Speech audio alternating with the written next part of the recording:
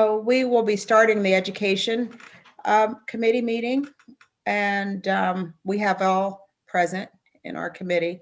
So the first thing we'll do is review the minutes and get an approval for the minutes. So Kate? Yes. Daryl? Yes. Sue's the other person in the committee, and me, I'm a yes. So I'm going to do a 3-0 for right now. Okay. Sue just texted and said she's intending to join. Okay, she's coming on. So the agenda was up a moment ago and now it's not. So could we, Dr. Sokolowski, could you help me out and share that screen? But go ahead. Yeah, Mr. Wagner. The first agenda item is the 2000. It's the calendar? It is the 21-22 calendar, and I asked Michael to share that. I'm going to take you through month by month. Okay, looking forward to that. Thank you. It's always fun. So as we look at the school calendar, it's also in the board packet. For August 2021, we will be starting school on Monday, August the 30th. And that week, as it's not typical than any other first week of school we've had, we are going to go 5 days that week of the August the 30th. We're going to go Monday to Friday. And we're going to do that because we have off Labor Day. And then the month of September 2021, we have off 2 Jewish holidays. And one of those is September the 7th, which piggybacks on June 6th. So instead of having the long weekend on Friday, Saturday, Sunday, Monday, we will have the long weekend Saturday, Sunday, Monday, Tuesday of September of 2021. I'm going to continue to go if that's okay with you. I see Mrs. Tiernan still back on. So okay, good. Okay, so that's the month of September. The 2 Jewish holidays we have traditionally taken off, having it a no schools closed. Offices are open, but schools are closed. No students. The month of October 2021. Look at that. I can't remember a time in calendar history that we have had a full month of school with no disruption. I mean, without anything. So that's going to be an ideal learning month as we are going to move into November 2021. That Tuesday, the 2nd, is election day. We will have off. That's an in-service day. It's a county in-service day for our teachers. And on the 4th, we are going to have schools closed again. It's not going to be in service day, and this is going to be an important date to remember as we move into June. That date is Diwali, and starting in the year 2017-18 is when we first started to recognize Diwali as a national holiday. So we are going to close schools. We are not going to make that an in-service day because we are just coming off of an in-service day on the 2nd. So keep in mind that 4th when I get into June, because that's going to be an important date. The month of November also has, as traditionally we have always had, conferences right before Thanksgiving break. December is a really typical month again. We will go up and through the 23rd for school. We will be starting winter vacation on the 24th, and we come back to school on the 3rd. The month of January, typically we make it a long weekend for our families for President's Day, and in February, Martin Luther King Day, or vice versa. I apologize. But the 17th is just going to be the schools closed. We are not going to have any in-service days in January and February to piggyback those long weekends. And the rationale behind that is because we just strategically placed our in-service days, we front-loaded them in the beginning of the school year. So February, we have President's Day off on the 21st. March looks like a pretty good month with regard to no days off. We do have conferences mid-March for our elementary and secondary schools. Moving into April 2022, and not on this calendar, but on another calendar, we'll have PSSA dates and Keystone testing. In the month of April 2022 brings us to the Easter break. We have off Holy Thursday and Good Friday and Easter Monday. We have been doing that for the last 5 years. Our spring break, or vacation, as you want to call it, has been a 3-day break, and we will continue to do that. The month of May is a primary year. It's not a presidential year. So it's the primary in service is always falls on the 3rd Tuesday of the month. So on May 17th, we will have an in-service day for our teachers. We will have off the 30th for Memorial Day, and now moving into June. So right now, the last student day will be the 16th. Typically, as in years past, the last teacher day is the next day. Because we are having no school on the 4th of November, we need to create an extra teacher day. So we have 191 teacher days, which bumps our teachers to Monday, June the 20th. However, with the teachers being able to flex out on days that they earn professional development hours throughout the school year or before the school year during the summertime, they may flex out of that 17th and the 20th, depending upon how many hours they earn for professional development prior to those days. But again, this is the first reading of the calendar for 21-22. That 4th is negotiable, and anything on the calendar is negotiable. But that is the reason why we extend into the 20th of the week of the 20th in June, because of that day in November. That's really the one note that I want everyone to pay attention to. Also, because this is a draft calendar, the box to the right of the calendar where you see the date and the holiday will not be on the actual calendar. That's just for your reference as we are kind of navigating through the months and what holiday is where, because they sometimes switch. Most of them do switch depending upon the day of the week. So that will be removed for future use after the first reading. But I wanted to keep it on there so you have those holiday dates that are on the traditional calendar. So with all that being said, with adding it up, there are 186 days for students, 195 days for teachers, with 4 snow dates built in. If we do not have any snow dates, then we will reverse the calendar 4 days back into June. So with all that being said, do you have any questions for me? You're muted, Sue. Committee, any questions? Board? Not a question. I just really appreciate that we're adding Diwali to the calendar as a holiday. Thanks, Sarah. All right. Do you need a vote to send this on to a second reading from I us? do, Sue. Yes. All right. So, Mr. Durnell, Yes. Ms. Chester, Yes. Dr. Shaw. Yes. Okay, we're 4-0. And Sue, before you move on to Dr. Barnella, can I make your vote for the minutes 4-0?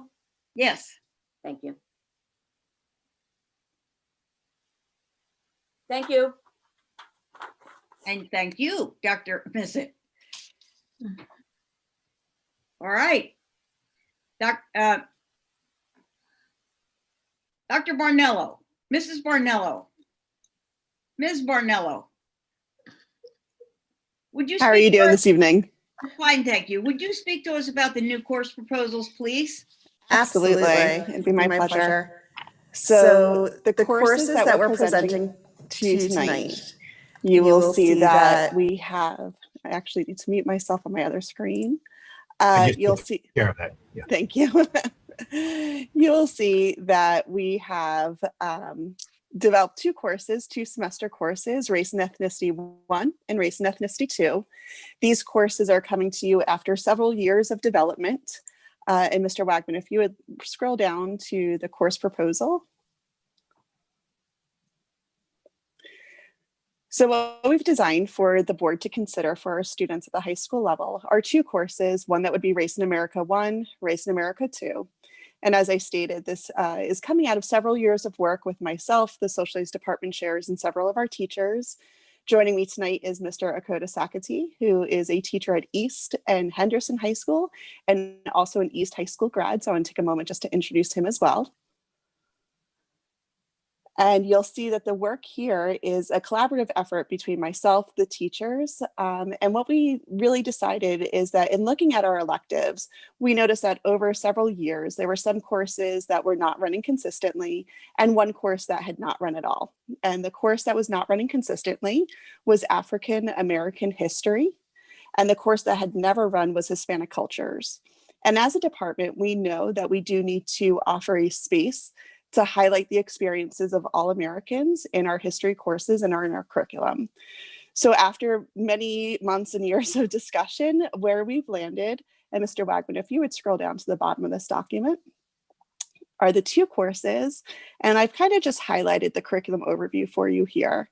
So Race and Ethnicity 1 is going to really have that historical and sociological perspective, where we're going to look at what is race, what is ethnicity, and then how did people identify themselves and how did other groups label each other in early American history. Race and Ethnicity 2 is going to have more of a public policy lens. And you'll see there that we look at the foundations of public policy, but then look at how public policy specific to races and ethnicities in America have impacted various aspects of American history and contemporary America as well. So our intent is that most students will take both courses and it would be designed almost as a full year course. However, in collaboration with Dr. Florio, Dr. Sokolowski, and our building principals and schedulers, we all agreed that having the flexibility for students to have the option of taking one or both semesters would be in our students' best interest.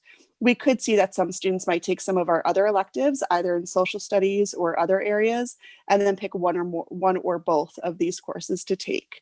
So I'm really excited to present these courses to you, and I'd welcome any questions that you might have for me. Kristen, did you just say, and I wasn't attending, that these courses aren't, there's not a prerequisite?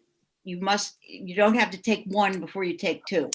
You do not. So while it's designed, as we're designing it, we are taking that lens for students who are in the full year. It is not a prerequisite. And that gives you more flexibility in terms of students perhaps signing up who only want a half-year elective. Yes, what we've found is working with the schedulers that sometimes students are a little shy in committing to a full year elective, that when they can have greater variety in their elective offerings, it just provides them a more diverse learning experience. Okay, fine. So committee. Questions, thoughts? I have some questions. Go ahead, Joyce. I just had a quick question for Kristen. Thank you so much for presenting this, Kristen. Do we have in the selection of the curriculum, in the building of the curriculum, were African American teaching staff involved and Latinx teaching staff involved in the evolution of the curriculum? Yes, they were. In so much that I've also worked with Dr. Chrissy Eagles. We've worked with the DELT team at the district level. Over the summer, I had a student meeting as well with students from the building equity teams. So we did try to get a variety of voices involved.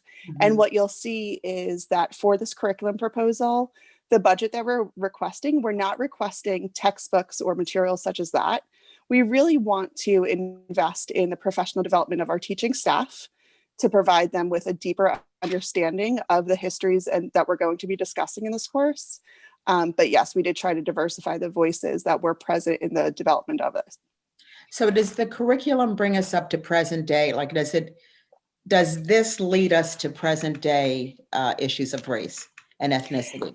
It does. So if you look at the last question in each of race and ethnicity 1 and 2. Yeah. So if you look at, race and ethnicity in modern America for the first course, how do our societal problems of today trace back to our early history? That's where, we really want to have this course be an inquiry-based course that marries both the foundations of history and public policy with a firm understanding of the history, but also how does it connect and how is it relevant to our students' lives today? Okay. I'm curious to see how that will play out, because there are many ways that it can, It can, yes. Okay. And it should lend itself well also to the students who are in your classroom and really allow the course to evolve over time to maintain that contemporary sense and still be rooted in the history and that content knowledge that we want our students to get. Okay, Dr. Shaw? thank you. Yeah. Sorry, Thank you, this is Kristen. Joyce, I'm sorry. Joyce, are you finished? Well, I wasn't, but I could be. I can. No, you should go, Joyce. No, just a frivolous thought of, I remember one time we did a tour of the classrooms during African History Month. And one of the classes to me, as I recall, was somewhat underwhelming. And I know this sounds really wonderful. I was just wondering if there would be any kind of tie-in to the to Black History Month. I'm just trying to see how we bring this all into, Is that a positive or a negative thing as far as you're concerned? as far as I'm concerned about tying it in, I think it would be positive. Okay. Okay. So, Dr. Chester, one of the things I would say is I have both a love and a hate relationship with Black History Month because Yeah, I to me, understand. Mhm. it just seems to isolate the histories of people of color to 1 month and the shortest month in our calendar. And what I'm hoping to do is that we're going to continue to revamp all of our curricula to make sure that all voices are present in our social studies curricula, but also provide this course, which is a dedicated space to those voices and to those stories. Because to me, African American history should be completely integrated with American history. Thank you. So I would definitely say yes, but I would hope Okay. that. And the only reason I'm saying that is because I know this is an elective. Mhm. And even though African American History Month is only 28 days, it seems to touch more people during that 28 days. So that's why we're Absolutely. trying to converge the two. Yes, Thank you for that response. certainly. I am officially finished. All right, Dr. Shaw. I think you touched on some of the things that I was going to ask about, Kristen, which is, I think these courses are great. I think these are great questions. And I've taught courses like this when I was a faculty member at Temple. So I think you guys did a great job in developing these courses. But the fact that they're electives, it just raises the question for me, and I think you started to address it, of, we don't want anybody getting through high school without a pretty good understanding of the way in which African American history is American history, and weaving that history throughout all of our, history courses, social studies courses. So I just wonder, where are we on that sort of pathway of assessing our curriculum sort of across the board, or at least in the social studies arena, to get a sense of how frequently these issues are touched on in courses that are required? Absolutely. So what I would say is that we always try to be very mindful as social studies teachers, and myself as the curriculum supervisor, whenever we are revising or considering new materials that we're going to integrate into our curriculum. I am excited to say that the Chester County IU recently developed a consortium of sorts that is targeted on looking at and evaluating the inclusiveness of our social studies curriculum. And oftentimes we can look at, an example would be the civil rights movement, where very often that takes a very focus on African American stories. And that's important, but that should not be the only time that we're talking about African American history in our history class. And then to the same point, the civil rights movement is really important to different groups of people in our history that have also been marginalized. So people with physical and mental disabilities, the LGBTQ communities.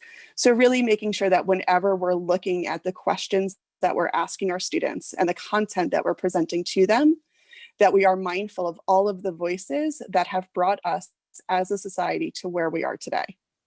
Right. Yeah, I completely agree with you. I'm just looking for something a little bit more concrete. Like, will you be able to report back to the board about your assessment of our current curriculum? And will you be able to tell us, what progress you've made in integrating not just race and ethnicity, but all kinds of marginalized folks into our curriculum? I know Absolutely. that you have the intent to do that, but I'm just wondering, is that going to take several years? Is that going to take a year? Like, when will we know sort of where we stand? Because I believe it was part of the equity audit, as well. I think we're going to also get an equity director on board fairly soon, who is going to pick up this piece and be able to report back on us when we need to get some information. Absolutely. So as of right now, from my lens, where I stand, I have hit the pause button on the work we were planning to do with our 11th and 12th grade curriculum this year. So 11th grade is US history from the progressive era to modern America, and 12th grade is our government and economics. Both courses do have the ability to discuss the stories of marginalized groups of people in our society today and also in history.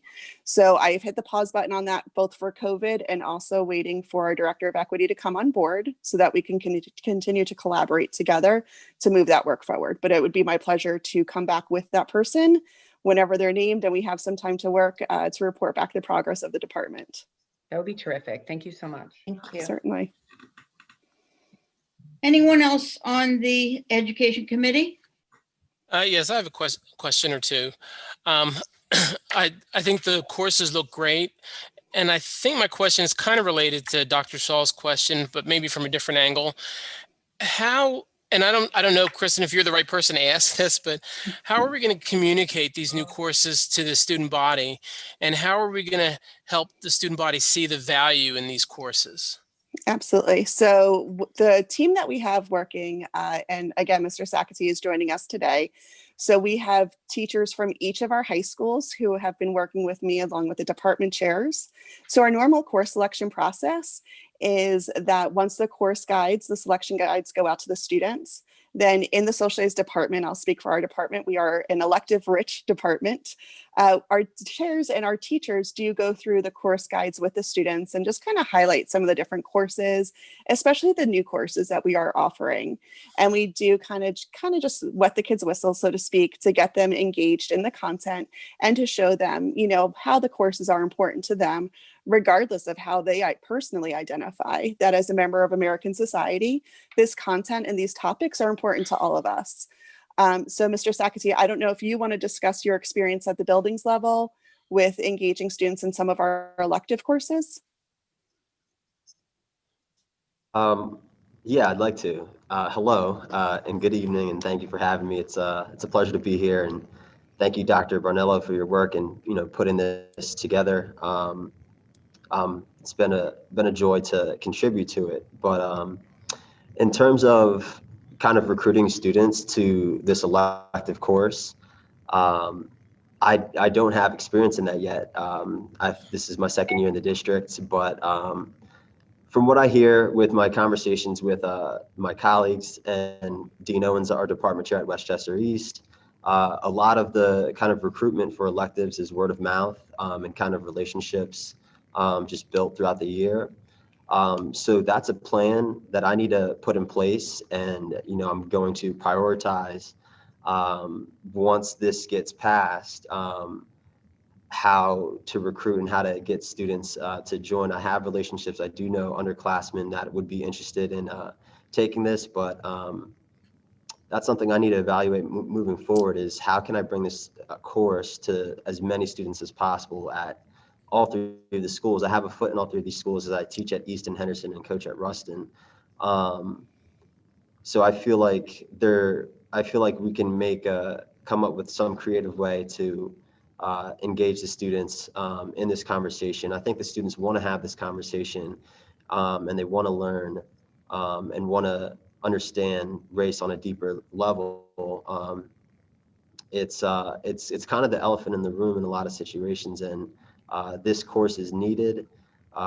Kids want to take it. So we need to present that information in a way that's attractive to the students, in a way that's inclusive to the students. So, all groups are hearing it. I think all groups need to hear it.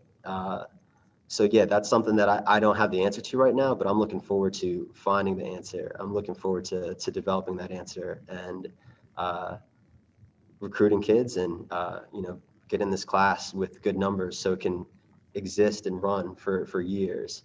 That's something me and Dr. Barnello have talked about, is that, we want this enrollment. We want enrollment to be up, and we want this to be just as popular as the psychology class and the human geography classes and, everything like that. So, we'll find a way, but I don't have that answer. I'm open to suggestions, and contact me if you have anything, but we'll be on it. We work hard. Thank you. I also wonder if in in the course, discussing difficult issues such as race, it's not an easy thing. Is part of the course how to have a discussion about race and how to provide a safe environment so the different viewpoints can be shared and heard? Absolutely. So again, going back to the curriculum proposal request, the budget request for this course is largely rooted in the professional development for the teachers, both to how to engage students of this age, adolescents, who are very passionate, and sometimes that passion can overwhelm them and can mute other voices in a classroom. So how do we engage all students to make sure that we really teach them the skills of civil discourse as well? So that's going to be part of our professional development. And then while it's not embedded, you don't see it right there on those broad topics, that certainly will be, that intro content that we will cover with all of our students to ensure that we do set those parameters in the classroom to make sure that every student's voice can be heard as we engage in these really challenging conversations. Thank you. Mr. Dowell, I was just going to share that these are the only 2 courses that we're actually offering as new courses for next school year.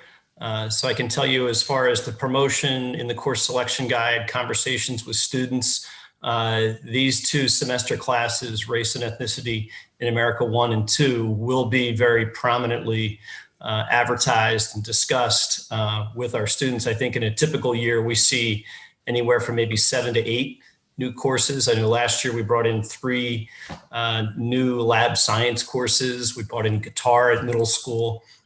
So I think it's actually great that these are the only 2 new courses that we'll see for next school year at our high school level. Excellent. Who's going to be teaching the classes? That's a great question. For all of our courses, the principals do have the right to assign the teachers in their building. However, this course, because of the amount of professional development that is going to be involved, if the board sees fit to approve the courses, then I'd be working in consultation with the principals to identify those teachers early on so that they can get the appropriate professional development, and also so they can start working with the students that they want to start recruiting into the course during that selection period. So I don't have names for you right now, but that is our plan for staffing. And you have lots of volunteers. I have lots of people that are anxious to teach this course. Is 10,000 enough to do all that professional development, or is that coming out of another pot? No, that's what our ask is for this course. I do believe, Dr. Florio and I discussed the budget pretty deeply, and we do feel as though that's a reasonable amount to ask for this year. Certainly some of the work that we're doing as far as with the IU, with their audits and everything, will be overlapping. So some of that funds will come from my regular socialized operating budget. But I do think that $10,000 will be sufficient for the conferences that we think we're going to attend, and then the other work that we would need to do to get the course ready. Okay, any other board members with comments or questions? If not, are we ready to take a vote that would move the courses forward? Mr. Durnell, Yes. Dr. Shaw, Yes. Mrs. Chester, Yes. and I'm a yes, so we're 4-0. And thank you very much, Dr. Bornello. Thank you, Mr. Sackety, it's nice to meet you. Hope you'll come back again. Pleasure to meet you. Thank you. Thank you. Thank you. Thank you. Take care. Thank you, guys. And with that, I believe that concludes our Education Committee meeting for this evening. Dr. Sokolowski, would you say yes? I would agree wholeheartedly at 7:03. All right, 7:03, we are ready to morph into Pupil services. Pupil services. Take it away, Joyce. All right, so we have our pupil services agenda before us now. And 7:03 will be the official start of our meeting. So can I get, I'm sure we've all had time to review the minutes. So can I get a vote on the minutes? Ms. Tiernan, Yes. Mr. Durnell, Yes. Dr. Shaw? Yes. Okay, thank you.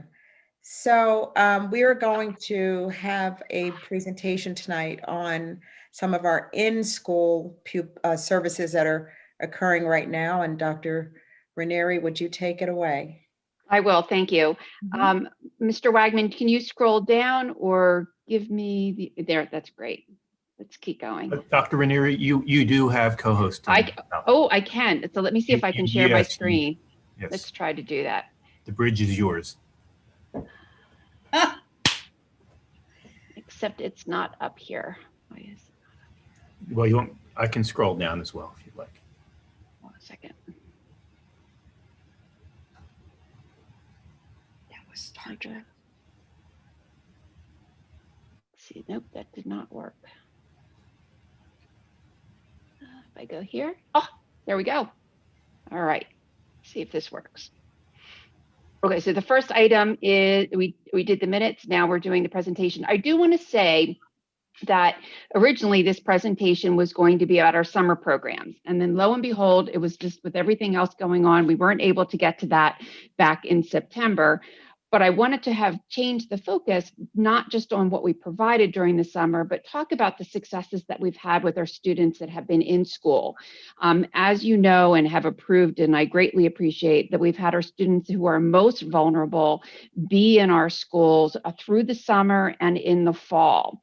And in the summer, we started with our students that have significant disabilities being in our school setting for up to 6 weeks.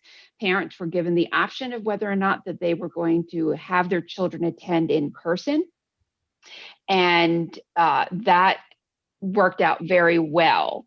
So we're going to talk a little bit about that tonight, as well as what our English learners have been doing, and then some of the supports that we have in place. And I think it's important to emphasize that parents have choices within the school district. Along the way, we wanted to promote having students in as much as possible, but we understand that parents may be hesitant for various reasons to have their students in the school setting. So they've been given options such as remote learning and the cyber program if they choose not to participate in the brick and mortar programs. So I will talk a little bit about both what's happening virtually as well as what's been happening in the brick and mortar setting. Okay. In our 5 week, yes, go right ahead. Are you sharing the presentation right now on your? Yes. Screen? Okay, yes. we're not seeing that. You're not seeing it. Hold on a second. About now. Yes. Okay. I don't think that was the first slide though. Or have you? It was the title slide. You've talked. Okay. Okay. I thank you for letting me know that because I'm seeing it. So I wasn't aware. Okay, so this was just the first one that's kind of sharing that we'll be talking about extended school year, English learners, and then some of our supports. And then just to briefly, I'm not going to read each of the slides.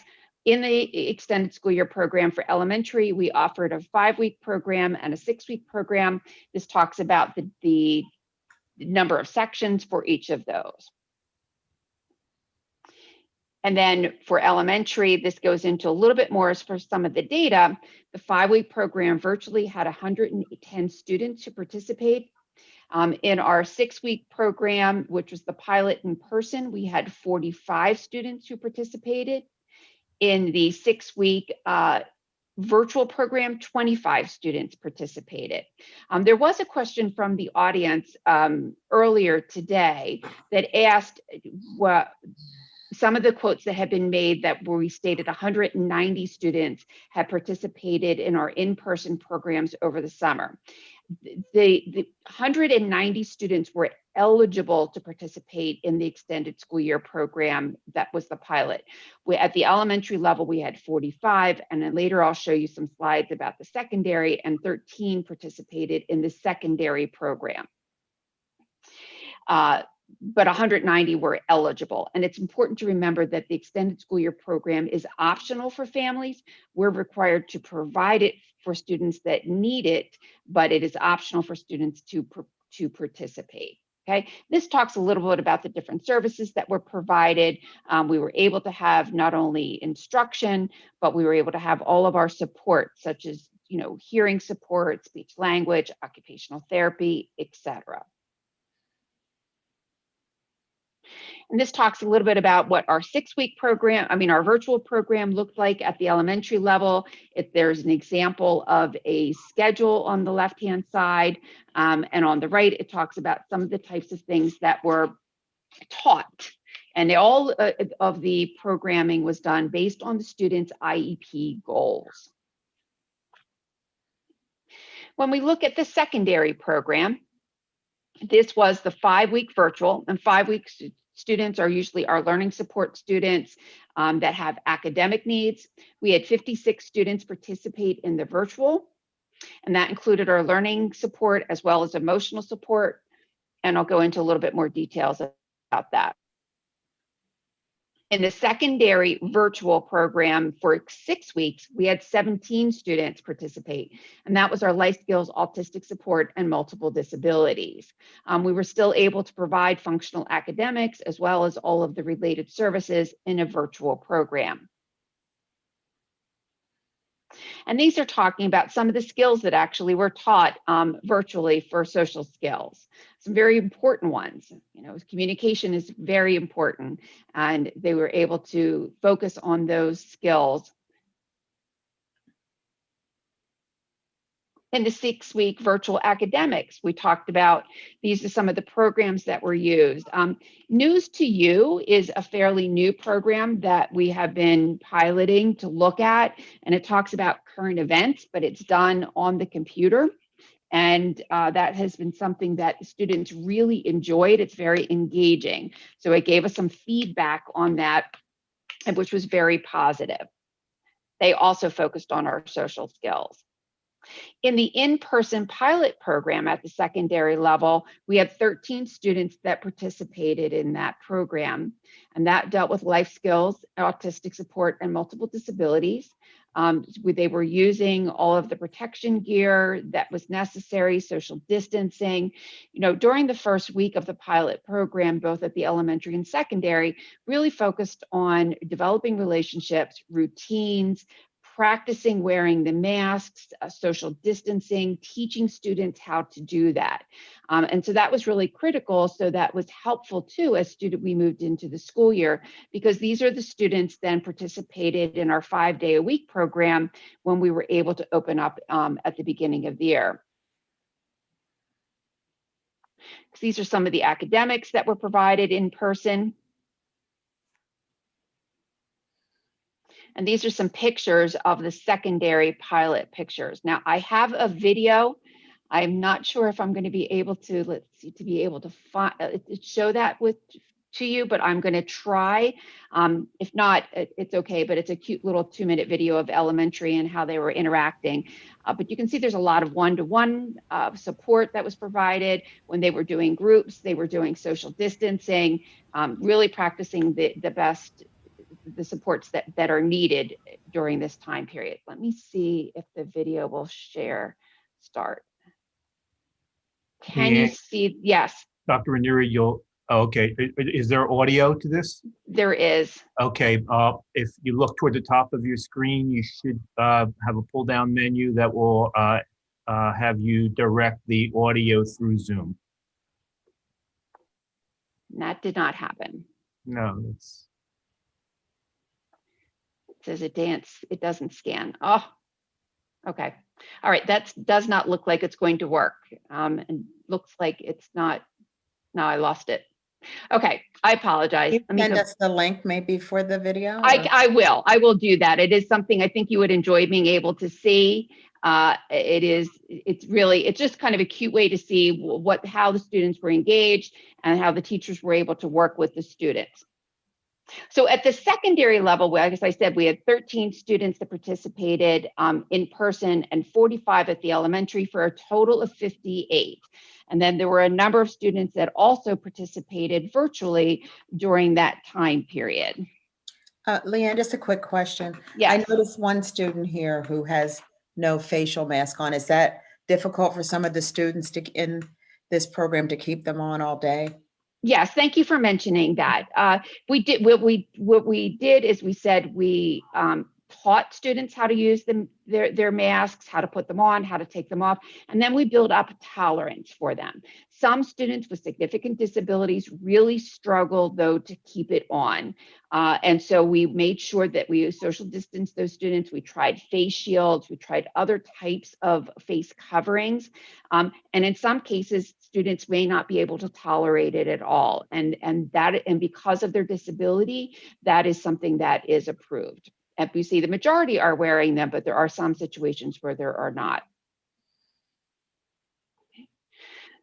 Some of the highlights, just to kind of share with you, that we had some feedback from the teachers. They were, and our families, everyone was very well prepared. Students were very motivated and very happy to be in school. Parents were really pleased to have their children in school after being out for 3 months. They really felt as though they thrived in that environment. There were newsletters that went home on a weekly basis to give parents feedback on what was happening within the school setting. So it was a very positive situation. In the summer, we have our English Learner Jumpstart program. All of this was done virtually. Now, we were able to bring our English learners in school in the fall. And if you remember, we wanted to really start small. So we started with our most vulnerable children that needed to come into school. And then we moved into our English learners who are also very, very vulnerable as well. And we built the capacity. This kind of gives you a little bit of an overview of the number of students over the years that we've had in our elementary program. And even though, despite it being a virtual program, we had 200 students that participated this year, and that was more than last year. So that's very exciting. The types of things that they covered are on the right. So they did it by themes to be able to, build vocabulary and background knowledge. In addition to the synchronous instruction that was taking place that you had just seen, there were also a lot of virtual tours and field trips that students were able to take. During the summer, we really try to give students that background knowledge and to build that. Unfortunately, because of COVID, we were unable to actually visit, but the virtual tours were very much appreciated and students really enjoyed participating in those. And at the secondary level, they worked on vocabulary and reading comprehension, but they also had an opportunity to start exploring, post-secondary options, and looking and touring colleges and talking about what, filling out applications of what the interview might be like and so forth. So those were the emphasis at the secondary level for our English learners. But again, that was also done virtually. So let me just bring us into what we are doing now, currently. And we have 5-day-a-week programs and 4-day-a-week programs for our special education. So we expanded special education. 5-day-a-week are those students that have intensive needs or low incidence population. Those are our students with autism in our verbal behavior programs, life skills, and autistic support. And if you look, you can see that the total number of students that are participating in person equals 118 students. On the right-hand side, those are students that are in person 4 days a week for special education. And that is all students were given the option to come in 4 days a week for special education. And those students, except for students that maybe just had a speech IEP. Other than that, any other student had the invitation to be able to participate. And over 1,000 students, 1,046 students are scheduled and or are participating in person for the 4-day-a-week program. So total, that's 1,164 students that are participating in person for special education, which is about 1/10 of our school district population. So I'm really pleased to see the number. Now, in comparison, we have about 1,800 students that have an IEP. So the other students are choosing to be remote, choosing to be in the cyber program, or have chosen to actually participate 2 days a week instead of the 4 days a week. And Because we offer the options, we can't dictate which program that students participate in. We certainly recommend that they participate, as much as we're able to offer, but in the end, it is the parent's decision whether or not they choose to participate in the in-person and to what level. For our English learners, these are the totals. That equals 340 students, and we have approximately 500 students that are English learners. So the others, again, are participating either in cyber or remote. And our English learners have the option to be able to come in 4 days a week at this time. And we're very pleased to see the number of students who are participating. Earlier, I did receive some questions in regards to how we're meeting the needs and what are areas of concern for students. And when I talk specifically about our English learner students, what we have seen is that our students who are participating in person are more successful than our students that are participating remotely. With the additional language barrier and some of the technology issues that occur, that access, students who are in person are able to get that individualization. There's more of an immediate feedback. They're able to get the reinforcements from the teachers up front, and they are much more successful. We're finding that there's more secondary students that have chosen to stay remote or be cyber, and we're finding it very challenging for some of those students to be successful in that virtual environment and accessing their education there. Now we're putting in, measures and interventions with those students to be able to support them. There's a lot of outreach to our families to see what we can do to have the students be able to participate. But we do see through that first marking period at the secondary level that some of these students are struggling at this point, even though they've had the option of being in school 4 days a week since the beginning of the school year. Okay. Let me talk a little bit about from our special education students and how we're determining some of the success with that. One of the things that we need to do is we need to look at whether or not students are eligible for compensatory services. That was something that came out of recent regulations from the state level. And in order to determine compensatory services, we need to look at where students were at that last data point in the 1920 school year. And then when they joined us in person, where they are as far as their IEP goals are concerned. So if we saw a regression, when we're using the benchmark of 25% based on some guidance that we've received from our attorneys, if they're on a goal, they saw, let's say a student was reading 100 words per minute in February of 2020. And now in October, they're reading 75 words per minute. That's a simple example of that. There is a 25% regression in where they were. The next step of that is to be able to then provide instruction for 6 to 8 weeks in person for those students, and then measure the data point to see if there is a recoupment of skills that will put them on the trajectory of meeting their IEP goals.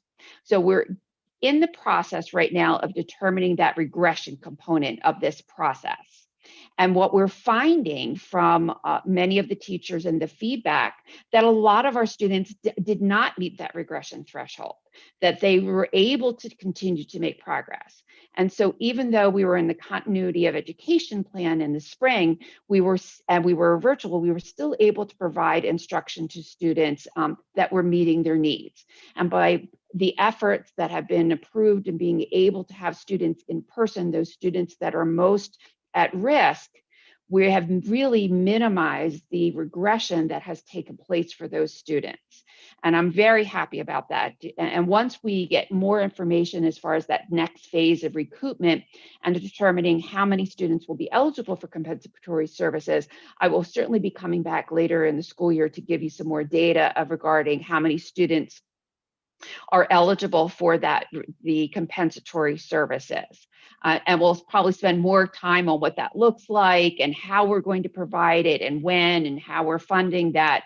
But I just wanted to give you a little bit more as to how we're kind of benchmarking the success of our in-person programs and how we're moving forward. The last slide I just want to share, just reiterating some of the supports that we have in place for our students. We have our Achieve Progress Transition program that was previously housed at the Melton Center. And because of needing to be virtual at the beginning of the year, we moved those students, there was only 11 to start the year. And we've been providing the programming through remote as well as through the cyber program.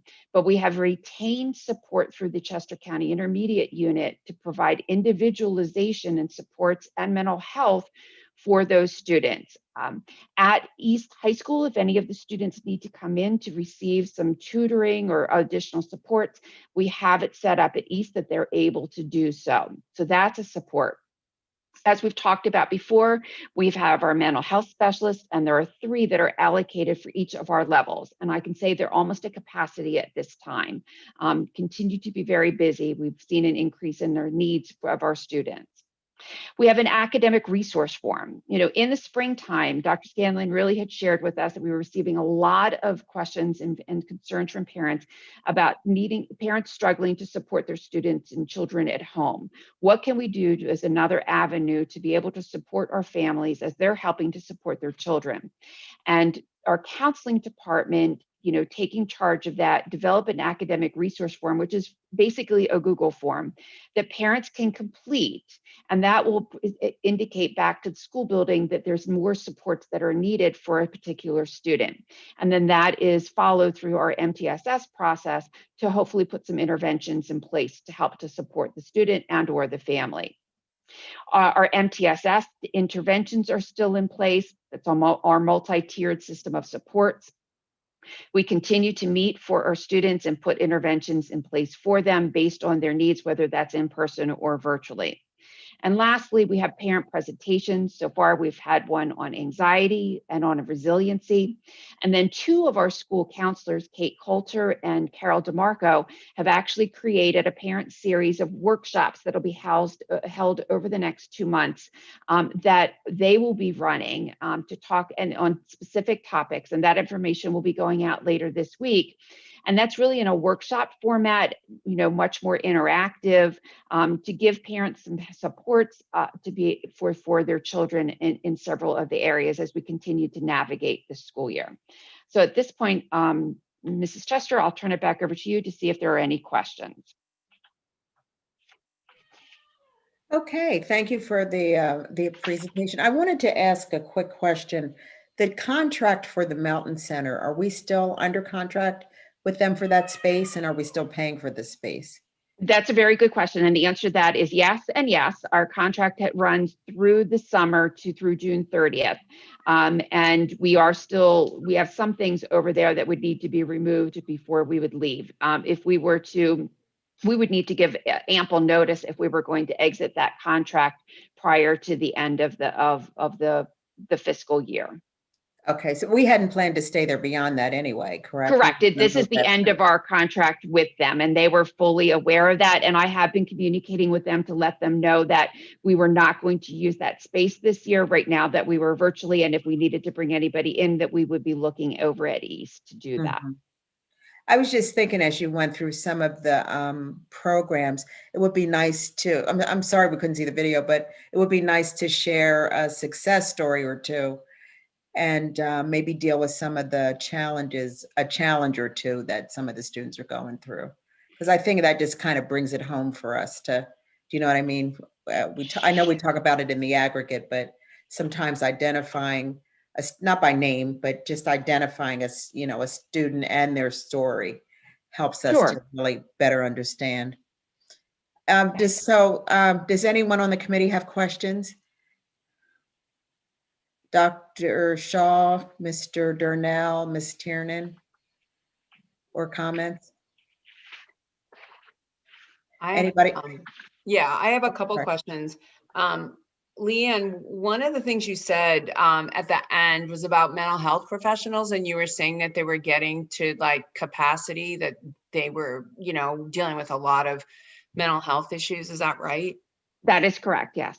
So what are our plans if they can't deal with all the mental health issues that are going to crop up as COVID wears on and as people continue to struggle? Are we going to hire more mental health professionals, or how would we handle that? Well, not for this year, but we are utilizing, we have our school counselors. So we're kind of triaging, kind of looking at the level of need. And so we're using our school counselors. We have an intervention specialist, as well as mental health specialist. And then as the mental health specialists are seeing students for a period of time, as you do with most types of therapies, you can start to back off on some of those, the frequency for some of those students, and then add more students in. Now, we have a little bit more flexibility because we do have a mental health specialist at the APT program, that Achieve, Progress, Transition program, and that person is not fully at capacity right now. So we're utilizing that person for some of the overflow. I mean, I just feel like this is so not business as usual for us, and I know the pressures that everybody must be under, and it would be really great to, to have an update periodically about sort of the mental health needs of our students, just to hear how they're doing and hear how we're handling their needs. There's just so much going on, and it's, may end up getting worse before it gets better. Yeah, absolutely. I was just thinking back to the PAYS report, because that really dealt with pre-corona mental health. All of those issues that we saw in that report were really pre-corona. It's interesting, I wonder where we are now.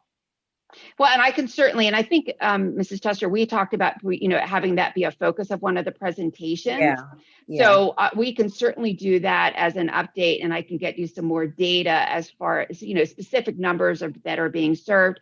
Now, I assure you that if we have needs that go beyond what can be provided with our current staff, I can always come back and say, I think we need to add a mental health specialist for the remainder of the year. Because we contract with the intermediate unit, it doesn't hold us to necessarily needing that for future years. So we're constantly working with the IU to be able to navigate that. So right now we're getting close. We're not over the top, and I think we're managing, but if we need to, I certainly can come back and look at that. That's great. I think it's going to be a problem not only in Westchester, but across the state and across the country. There are two big issues with that. One is finding the people that are in the mental health field. There is a shortage there because of the need right now. Mm-hmm. And then the money to pay for all of that. We were one of the first districts in the area to put a mental health program. It was kind of morphed out of our APT program. With the mental health component, probably 7-8 years ago already, we put that in. And then 3 or 4 years ago, we brought those mental health specialists into the elementary. We've added them to high school or to the middle. We added them to high school and elementary over the last 2 years. So we've been adding a little bit each year. But again, that was all pre-pandemic planning. I don't know how the state is going to address some of those mental health needs as we come out of this pandemic over the next year. I worry about the trickle-down effect of mental health issues from the parents to the kids, because if we don't have the resources in school, there's definitely not enough community resources to help the parents. So I just lay that on the table. I don't even know where I'm going with the comment, but that's a concern. So a couple of things that we've been doing for that, and I mentioned that we've been doing the evening sessions for the parents, and they have been very well received. And both of those sessions that have been offered so far allow for opportunity for that question and answer, and get for specific things. Like Dr. Bernstein had done the one on anxiety, and he really just, he had equal time for parents to ask their specific questions, and parents really opened up. So I think continuing those types of things throughout the year, and as I shared, the counselors are going to be doing that series that's open for any parent within the district, is one piece. Some things we've also done through Aviana to do our behavior supports. We've offered that for supports for the parents. So when students are struggling with behaviors in the school, we bring them in and help with the teachers. Well, if parents are struggling at home with behaviors, let's provide some supports for parents at home. And so in specific situations, we've allocated some resources to support the parents so that they can help their children access their education at home when they're needing to Zoom in or whatever that case may be. And that, again, it's a select number of students we're doing that with, but that's another way that we can help to support our families. I think my concern might lie in the fact that it may be hard to identify, like if the students may not want to speak up, about what's going on at home, and they're home more now. So that just brings an added dimension to the mental health issue. Does anybody else have questions? Dr. Shaw, were you finished? I'm sorry. Just one more sort of observation, Leanne, as you were talking, I sent you some questions about, basically my concerns are in two buckets. One has to do with access and sort of having a better understanding of who's accessing our services and who is not. Because I think, I completely believe when you say that students who are getting in-person services are doing better. Usually that's not, randomly distributed, right? Like it's usually, maybe parents that have the capacity to make sure their kids go in, there might be some interesting patterns that might help us understand why some kids are participating and why some kids aren't. And if they're doing so much better when they're getting in-person services, are there any more ways that we can be proactive and encouraging those families to have their students access them? And then of course, the other thing is just effectiveness. How do we know what we're doing is effective? And I know that you said we don't have data at this point, but it's so concerning. These student populations are our most vulnerable. And it would be very helpful for us to understand how those kids are really doing with hard data. I know Joyce asked for anecdotal data, and that's important too, but I would love to see how we know how these kids are doing and can we track that? And I think for our special education population, as I kind of shared with the compensatory service process that we have to go through, we do have hard data with that. And I think that's really beneficial. I think with our English learners, it's more based on like the grades, the attendance, the participation that we're looking at, and noticing that those are the students that are having difficulty getting or not accessing. And I shouldn't say having difficulty, because we have really provided making sure they have internet access or hotspots for anyone that has indicated that there is a need for that. So it should not be that they don't have access to the technology, but what other barriers are in place that are prohibiting them from being, being in school or participating, and really encouraging the families to have their children come in person if they feel comfortable. What we've found in a number of the meetings that we've had with our Spanish-speaking families is there is a real hesitancy about having their children participate in school because of the fear of getting the virus. But we continue those dialogues. In fact, there's Wednesday night is another Padres Latinos meeting. So we really have tried to bridge that communication with our Spanish-speaking families. And they're virtual too, right? The Padres Latinos. That's all virtual, absolutely. But we've had up to over 100 parents participate in those Padre Latinos meetings. So really a strong turnout, and again, excellent questions. So we've really tried hard to meet the family needs so they fully understand all the options that are available. And I'm hoping that helps as well. Have they, has it increased since the pandemic? Yes, absolutely. I think one of the things we could probably share with the board at some point are some hard data on the increase and the impact to those families. Sure. For each of these groups. Okay, absolutely. Anything else on that before I move on to the next item? Oh, any other questions from the board or anyone else? Okay, I think we can move on. Great. Okay, the next two are really pretty simple. I think just a core company nursing contract that we just did not have this contract in the September when we did the other ones. It just gives us another option for our nurses. I can tell you our nurses are hopping right now. They are doing all the contact tracing for every one of the cases that are coming up, and we are down a couple of nurses across the district for various reasons. And so having another agency on board, if we need to bring a nurse in, is helpful for us. So I just need approval for the contract. For there's sort of a backup, correct? Correct. They are backup. This is not for contracts. This is for fill-ins, for substituting, if we need it for individual student needs, that type of thing. Okay. Dr. Shaw? I'm good. Is that a yes? Oh, yes, sorry. I thought you were asking if I have more questions. No, for the contract. No, Mrs. it's a yes. Mrs. Tiernan? No? Oh, sorry. I apologize. I Yes, need you all to participate with me. yes. Okay, Mr. Darnell? Yes. Thank you. Thank you. That's 4 yeses. Okay. Thank you. And the last one, we did actually approve U.S. medical contractor earlier. They have merged, they've bought out Staffing Plus, which is another agency that we use. So this is just really an updated contract that encompasses the Staffing Plus. The rate stayed the same. There's really no change other than that item. Okay, so you need a vote on that. Yes, I do. Let's see how this goes. I'm going to start with you, Mr. Darnell. Yes. Thank you. Mrs. Tiernan? Thank you. That's a yes. Dr. Shaw? Yes. Thank you. I'm 4. Okay, thank you very much. Okay, I think that's the end of our agenda, That is. and that's the end of our meeting. Thank you all for participating. Thank you. Thanks, everybody.